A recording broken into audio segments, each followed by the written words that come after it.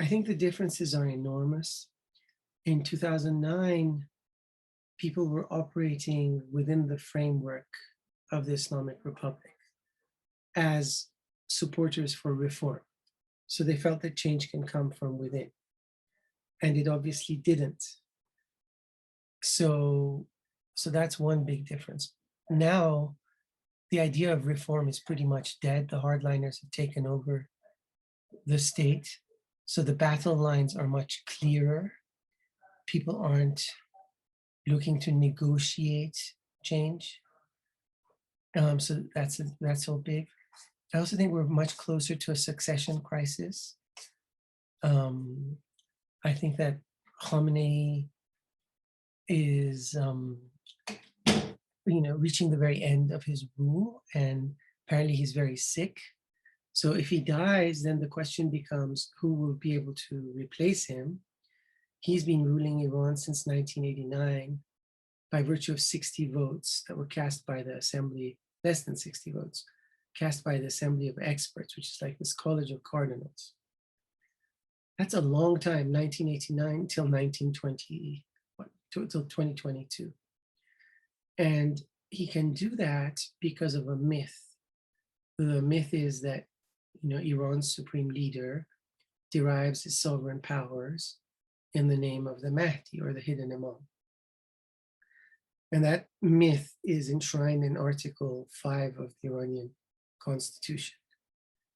And that means that all the power in Iran technically flows through the name of the hidden Imam and is asserted and exercised in his name.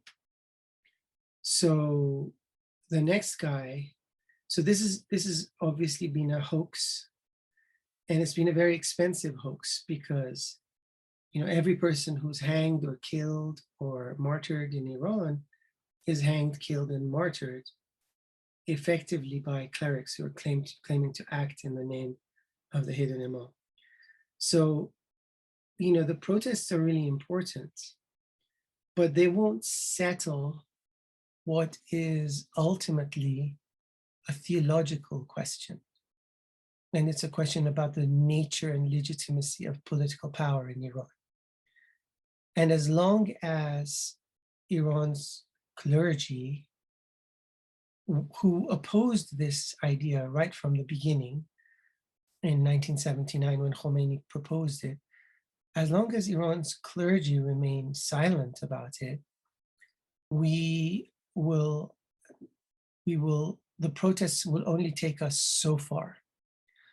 On the other hand, if Khamenei dies, which is likely, and we then have a succession crisis, I think the Islamic Republic will have a really difficult time saying that there's another member of their group who can fill Khomeinei's shoes. Khamenei already had a lot of trouble filling Khomeini's shoes.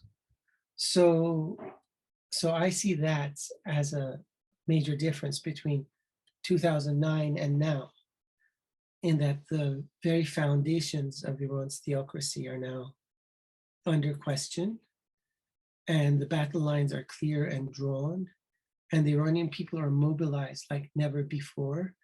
And it's also a demographic shift, which is very significant. 43 years, so even somebody who's 50 in Iran has grown up without a reference point to previous regimes.